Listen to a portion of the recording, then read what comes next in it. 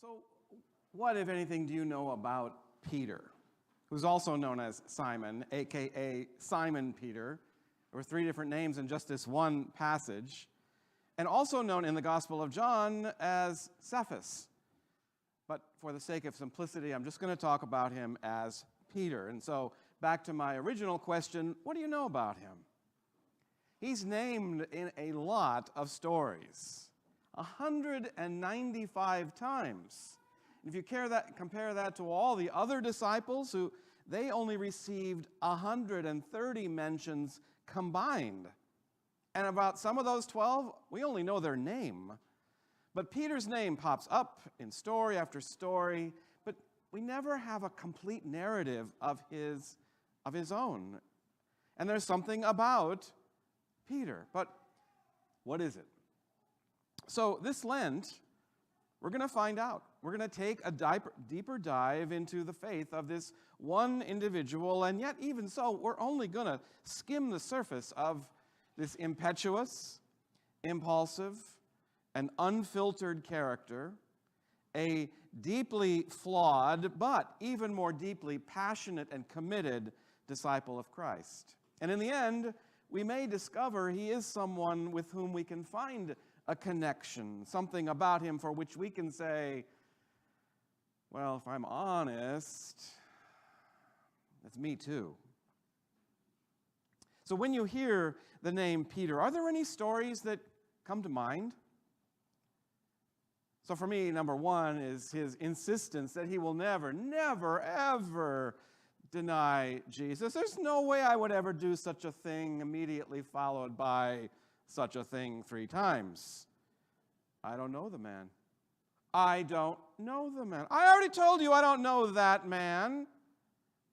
It's almost always the first thing I think of when I think of Peter, because, of course, I would never do such a terrible thing. I would never do such a thing. I would never do such a terrible thing. So the second thing about Peter is how he asked Jesus to walk on water. Remember that? Jesus said, sure, come on in. And Peter got out of the boat and started actually walking on the water, and then became afraid because he was actually walking on the water and began to sink, and he cried out, help! Which, of course, he wouldn't have had to do in the first place if he wasn't so impetuous. But you've never done anything impetuous. Well, I haven't. And the third thing is, one day Jesus responded to something Peter said to him by saying, get behind me, Satan. Ouch. And do you suppose Peter learned a lesson from that experience? Like, don't speak before listening?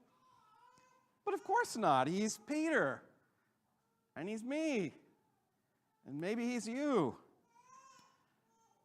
So, as you probably already know, Peter was one of the first of the 12 disciples. But you know that how he became one of the first is different depending on the gospel. So in Mark, the one we're most familiar with probably, Jesus simply walked by Peter and his brother Andrew and said, come follow me. And immediately they did. And then they came upon James and John, and they left everything behind too. That was Mark. And Matthew just copied and pasted the exact thing right into his gospel, straight out of Mark. But curiously, Matthew kept out this next part.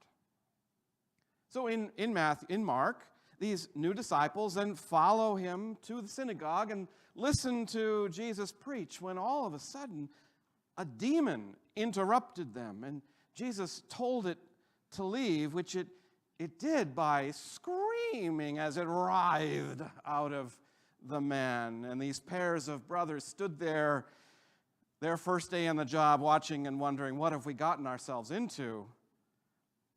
But again, in Mark, everyone's in such a big hurry, off they go. And again, as I said, Matthew completely skipped this.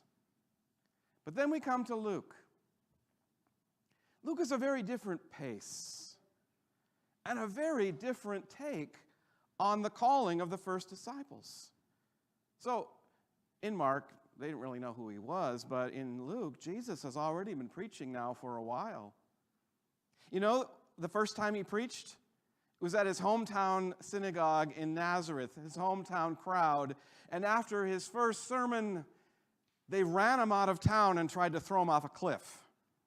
And so after that, he went down to Capernaum every Sabbath to preach instead. And it was on one of those occasions that this screaming demon writhed its way out of a man. That's when that happened. And it was after that startling event that Peter invited Jesus over to his house. Or maybe, as it sometimes happened, Jesus invited himself to Peter's house, only to find out that his mother-in-law was in bed with a fever. And so Jesus healed her, and that night people brought folks from all over town to Peter's doorstep, begging Jesus to help their loved ones. But that was it. After a long night of that, Jesus went back to preaching in other synagogues around Galilee, and Peter went back to work. So in Luke, Jesus is a wandering, itinerant preacher, a little bit here, a little bit there.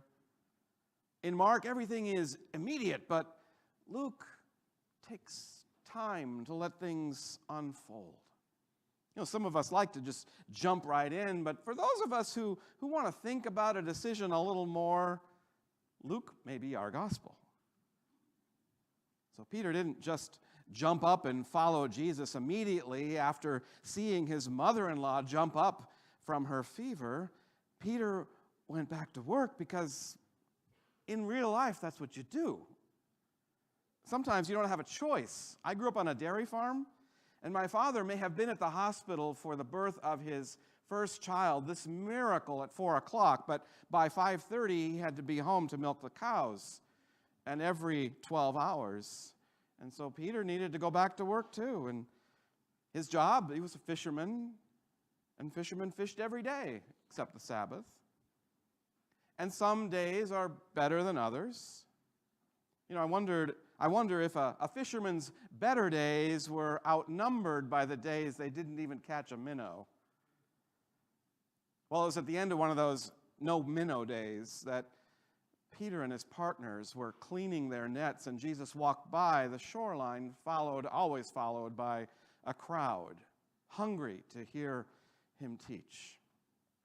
So to be clear, in Luke, Jesus wasn't a stranger to Peter. Jesus had been at his house whenever back that was. And now Jesus asked Peter to row out a little ways so he could talk to the crowd that was pressing in on him. So that's one thing to ask. Sure, Peter would have to pause a little before going home for supper, but then Jesus asked Peter for something much more. Stop the crew from their end of their work routine to go back out and do it again. And Peter spoke for himself and everyone else. We're tired. Come on, we are worn out from a long day's work. I mean, and wouldn't you agree too? I wouldn't be so happy to go out and do my job over before going home again.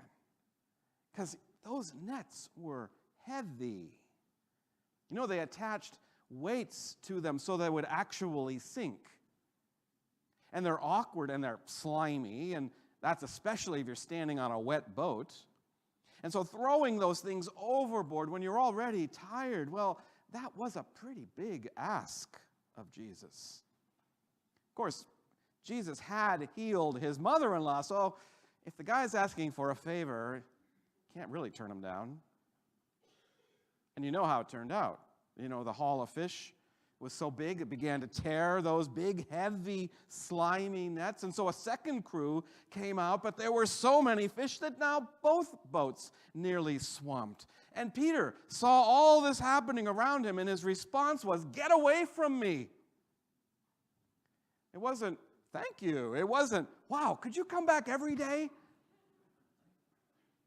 He said, "Get away from me. I'm a sinner."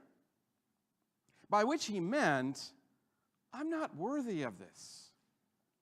We know this is what he meant because Jesus' response to Peter wasn't, "Yeah, you're right, Peter. You're a dirty, filthy rag, but I'll forgive you." Jesus responded, Don't be afraid. Don't be afraid of what? Too many fish? So this same story is also told in the Gospel of John. But there's some details that are quite different. So in Luke, the story of this great haul of fish is how Jesus starts gathering disciples. It's at the beginning. But in John, this same story happened after the resurrection of Jesus. It's at the very end. Jesus was gone. And so what do? You go back to work. They got out their boats and their nets. That's what they did for a living. And they were processing what had just happened to them, and maybe they were distracted, which is why they didn't catch any fish that night. It's the other thing. This one happened at night. The other one happened during the day. So Jesus called out from the shore to throw your nets on the other side. Like that makes sense in a lake. But I love that slight change from Mark's, do it over again. John says, do the same thing on this side instead of this side of the boat. And when they did, there were so many fish, and the Bible says 153 exactly for some exact reason. And all those fish jumped into the net and almost pulled the whole boat down. So there's one other little odd detail I think is funny. It's only in John's version. So out there on the boat fishing with all the other guys, Peter's naked.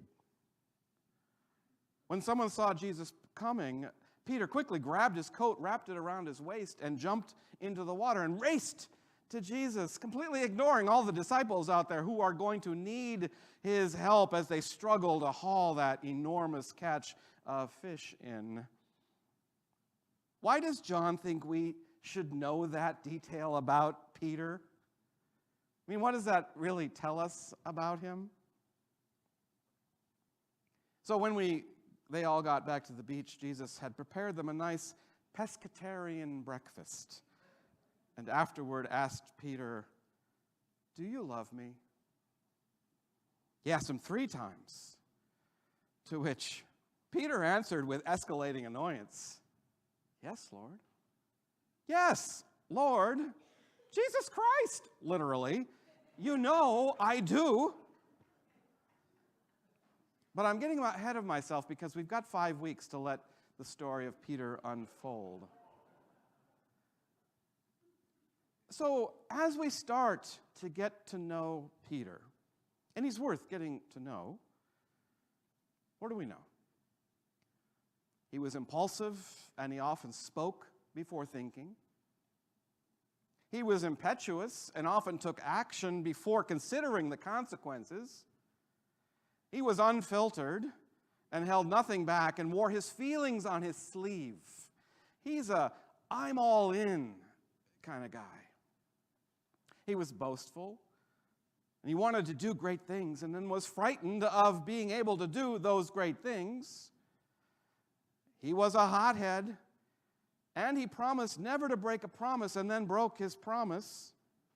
But when he realized he had broken his promise, he didn't look for someone else to blame. It broke his heart. And he understood what he had done, and he tried to change his ways. Until once again he acted impulsively, impetuously, unfiltered, boastful, and hot-headed. God love him, right? Bless his heart. Oh, and we know this about him. He sometimes fished naked. Another among the ways he was unfiltered and apparently free-spirited. But I'm grateful Peter didn't have a filter. He's real. His real life wasn't scrubbed out because he's us. And perhaps it would be nice if we all felt as free to express our emotions as much as he did, as much as we might want to. Because if we thought about it a little more before we spoke, we might not have immediately understood that he responded to the abundance with, "I'm not worthy of this." He responded to the abundance with, "I'm not worthy of this." And if he hadn't said that out loud, we wouldn't have heard Jesus say to him what we sometimes need Jesus to say to us: "Don't be afraid." I mean, it's a waste of time to ask, "Do I deserve this?" I mean, use what God has given you and don't be afraid of it. Can I say that again?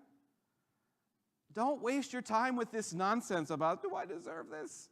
If you've got it, then use it, and not waste time saying, "Oh, this is the story of the first, this is the story of the call to the first disciples," and it's always the same one to us too, is to come follow me.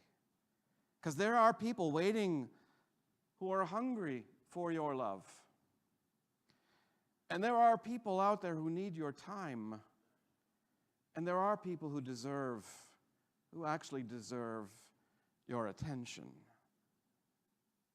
So stop questioning whether you deserve it. Just use all of God's abundance for the sake of all the people Jesus loved.